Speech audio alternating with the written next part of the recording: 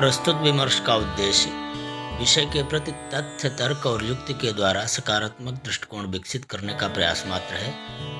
विमर्श के संदर्भों में यदि परिस्थितिवश कभी कटु या असंवैधानिक शब्दों का प्रयोग हो जाए तो वह किसी व्यक्ति, वर्ग या संप्रदाय के प्रति अपमान के उद्देश्य से नहीं, बल्कि विषय को स्पष्ट करने भर को समझा जाए।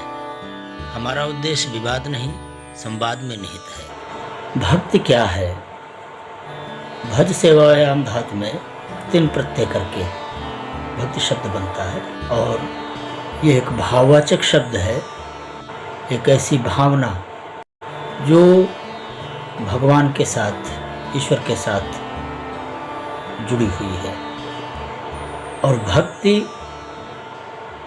व्यावहारिक जीवन का हिस्सा बनने पर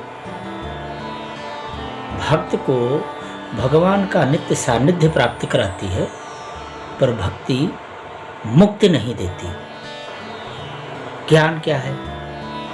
ज्ञानेंद्रियों के द्वारा जो भी बोध होता है, वो चाहे बाह्य जगत का बोध हो, चाहे आंतरिक अनुभूतियाँ हों, जो कुछ भी ज्ञानेंद्रियों के द्वारा जाना जाए, तो पंच ज्ञानेंद्रियाँ और छठा मन भी ज्ञानेंद्रिय है। इन 6 ज्ञानेंद्रियों के द्वारा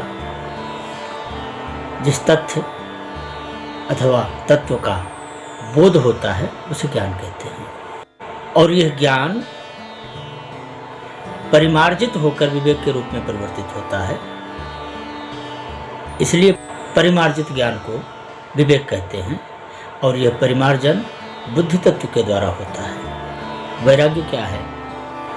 वैराग्य शब्द के 2 अर्थ हैं, विशिष्ट राग और अराग।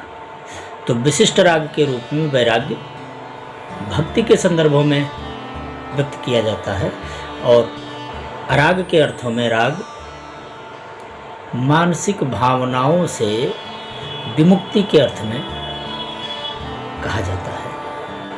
भक्ति, ज्ञान, वैराग्य जीवन में तीनों का संतुलन हो तो ही मोक्ष की प्राप्ति होती है। किसी भी एक भाव मात्र से मुक्ति नहीं मिल सकती, ऐसा शास्त्रों का विमर्श है, ऐसा शास्त्रों का सिद्धांत है। भक्ति, ज्ञान या वैराग्य